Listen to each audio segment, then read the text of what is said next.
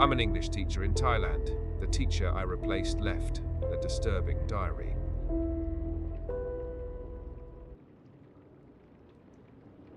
The woman I replaced didn't just quit her job, she fled it. She left everything.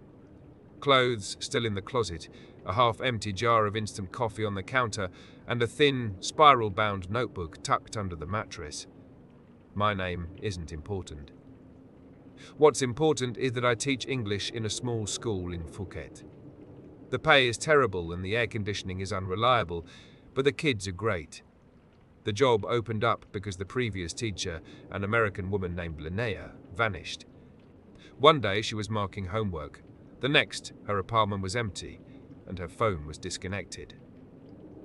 The school director told me she'd had a family emergency. My co-workers told me a different story. They said she was quiet, diligent, and dependable. The kind of person who makes lists. The last person on earth to just disappear without a word.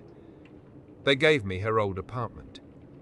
It's a small whitewash box above a laundry service, and it always smells faintly of bleach and humidity. For the first week, I felt like a ghost haunting someone else's life. I was sweeping under the bed, trying to banish the last of her dust, when my broom hit something solid. It was the notebook. It wasn't a diary, not really. Just a cheap thing from a 7-Eleven. Most of the pages had been ripped out, not carefully but torn, leaving jagged, angry edges clinging to the spiral binding. All that remained were the last 5 pages, filled with a tight, frantic script. I know I shouldn't have read it, but the image of this responsible, quiet woman fleeing in the middle of the night wouldn't leave me. I had to know why. And after I read what she wrote, I felt an obligation to share it. I checked with the school. They confirmed that before coming to Thailand, Linnea had spent 2 years teaching in a rural province in Vietnam. I believe she left the notebook to be found. I think it was the only way she could tell the truth. What follows is exactly what she wrote. May 30th, 2018. I still see Soren's body when I close my eyes. Face down in the mud, arms stretched out like he was trying to embrace the earth. I should be sleeping. Zola is breathing softly beside me in the tent, but all I can hear is the ringing in my own ears. I hope Isla and the others got out. I hope they're safe. I hope we didn't lead them to their deaths. It was Ezra's idea to come here. His stories were just supposed to be ghost stories. Something is outside. It started a few minutes ago. A sound. Not footsteps. Not at first. It was a low, wet clicking noise, like a million insects snapping their mandibles in unison, but with a deep, guttural resonance underneath it. Now I see a light through the thin wall of the tent. It's not a flashlight beam. It's a sickly green-white luminescence that pulses softly, swallowing the shadows instead of chasing them away. It's getting brighter. The clicking is louder, and now there are footsteps mixed in. Dozens of them. Some are a heavy, plodding crunch of leaves. Others are a light, skittering sound, too fast to be human. They're not our friends. That hope died a moment ago. I'm pulling the sleeping bag up to my chin, trying to make myself small, trying to disappear. The light is washing over the tent now, a cold chemical glow that makes the polyester seem translucent. I can see the shadows of things moving just outside. The clicking and the footsteps are circling us. I squeeze my eyes shut, but the pulsing green light still bleeds through my eyelids. The only prayer I remember from childhood is running through my head on a loop. The Lord is my shepherd. I shall not want. I haven't prayed in years. The world collapses. The tent roof falls in, a heavy sheet of synthetic fabric pressing down, stealing the air from my lungs. I'm tangled, suffocating. Panic claws at my throat. Then Zola screams. It's not a clean sound. It's wet and choked off, as if a hand is clamped over her mouth. I thrash toward the sound, and something heavy lands on top of me, pinning me to the ground. Strong, calloused hands grab my waist, smelling of damp earth and rust. They haul me up, still caught in the collapsed tent like an insect in a net. I can't move. I can't see. The fabric in front of my face is ripped open with a sound like tearing flesh. I'm dragged out into the night. I keep my eyes clamped shut, a child's defense against a monster. My arms are wrenched away from my body, and I'm thrown onto the damp ground. When I finally force my eyes open, I see fire. A circle of it. Sputtering, greasy torches held aloft, and under them, standing in a ring around our flattened tents, are the faces, carved from nightmares. They are distorted, inhuman things of wood and bone. I can't write what happened next, not all of it.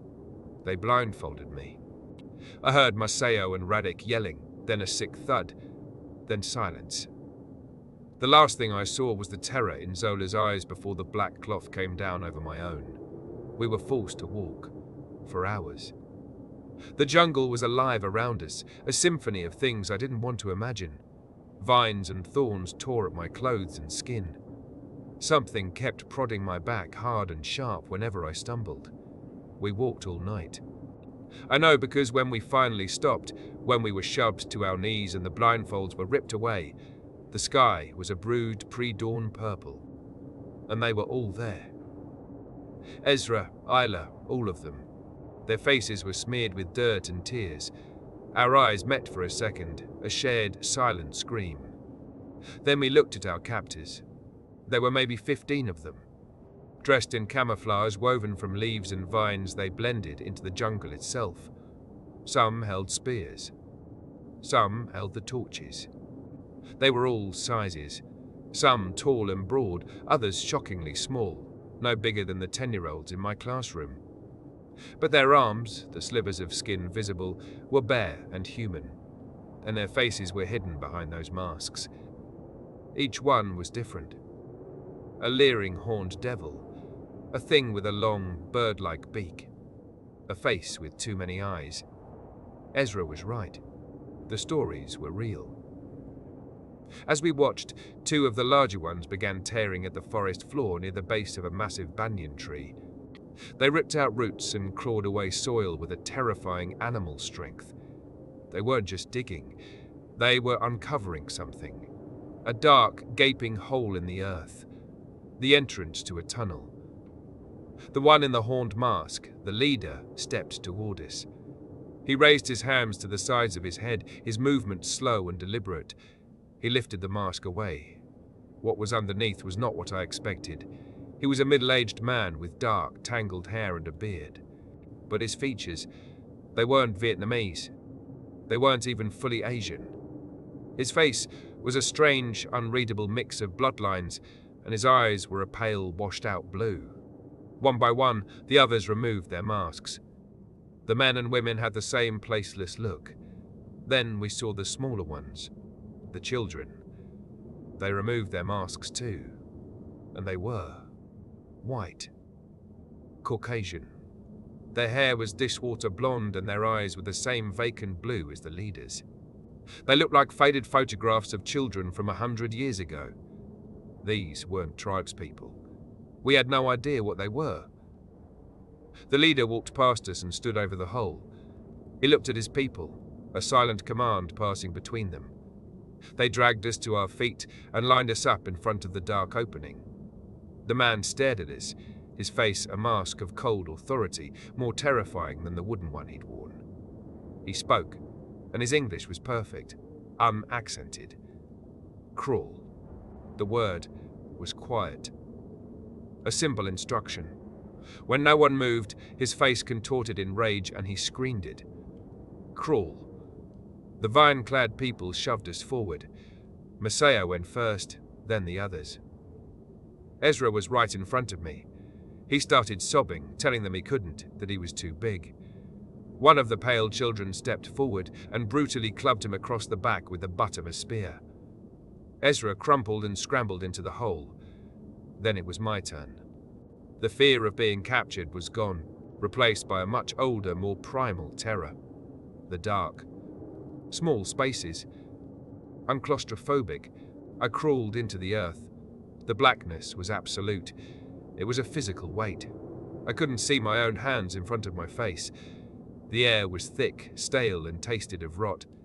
I could hear Ezra's ragged, panicked breathing ahead of me, and Isla and Zola crying behind me. It felt like we were in there for an eternity.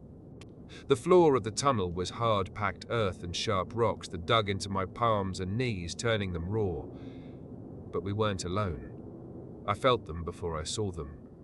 The scurrying brush of insects against my fingers, in my hair. Then something bigger. Something slick and furred brushed against my hand. Something with tiny pattering feet climbed over my leg. Rodents. Rats. I felt a naked, whip-like tail flick across my cheek and had to choke back a scream. After what felt like hours, the ground softened. We were crawling through thick, cold mud that smelled like a sewer. It sucked at my limbs, trying to pull me down, but it was a strange relief, soothing the raw, bleeding skin on my knees. We were no better than rats in a pipe. Just as I was about to give up, to let the tunnel swallow me whole, I saw it. A pinprick of light. Relief washed over me so intensely it made me weak. I didn't care what was waiting for us. I just had to get out of that hole. I was stuck behind Ezra, who was barely moving, his breath coming in shallow gasps. A horrible thought flashed through my mind. I didn't care if he made it, as long as he got out of my way. He finally pulled himself through, disappearing into the light. It was my turn. I reached my hands toward the opening, and I was grabbed, pulled violently by my wrists out of the tunnel and onto solid ground. I blinked, my eyes adjusting. My friends were all there, sprawled on the ground like me. Standing over us was a new group of people, men and women dressed in loose black shirts and trousers. They were barefoot. Like our captors, they had dark hair, but their faces were the same strange, placeless mixture of ethnicities. Our original captors emerged from the tunnel behind us. The two groups, the ones in black and the ones in green, silently herded us to our feet and marched us down a path. Moments later, we were in a village. It was hidden in a small, unnatural clearing in the jungle. There were simple wooden huts with thatched roofs and pens holding pigs and goats. More of the same people were there, going about their chores. They stopped to stare at us with blank, curious eyes. Some had lighter skin, some darker. We saw more of the children. Some looked Caucasian, others were darker-skinned, but none looked Vietnamese. And then, among them, we saw others. A handful of adults, dressed in the same black clothes, but they were different. They had light skin, light hair. They looked like they'd walked straight out of my world and into this one. Were these the missing tourists?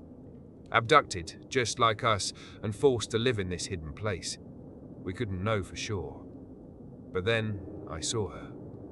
A tall, rail-thin woman with blonde hair going grey at the roots, scrubbing clothes in a wooden bucket. Her movements were slow, automatic. Her face was gaunt, her expression utterly broken. And I knew her. I recognized her face from a faded flyer tacked to the wall of a guest house back in town. Have you seen Anna? That's where her writing ends. After reading that, the official story of a family emergency felt like a sick joke. I started digging online. I found Linnea's social media, her university alumni page, and then I found it. A blog post she wrote, a public story about her time in Vietnam. It was completely different. In her public version, she and her friends went into the jungle with a team of paranormal investigators who were looking into the tourist disappearances. They followed an unmapped trail where people were said to vanish. There was a scary night in the jungle, strange noises, a feeling of being watched. But there was no abduction. No masked people, no tunnel, no hidden village. In her telling, they simply got scared and ran out of the jungle the next day. It was a ghost story, something you tell around a campfire. So what is the truth? Was the notebook the frantic first draft of a piece of fiction? Or was the polished blog post a lie? A carefully constructed story to cover a truth so horrific she couldn't speak it aloud? A story maybe she was forced to tell. I don't know. But I live in her apartment now. I sleep in her bed. Sometimes when the laundry machines downstairs rumble late at night, I think about what else she might have hidden. and I wonder if she ever really got out of that jungle at all.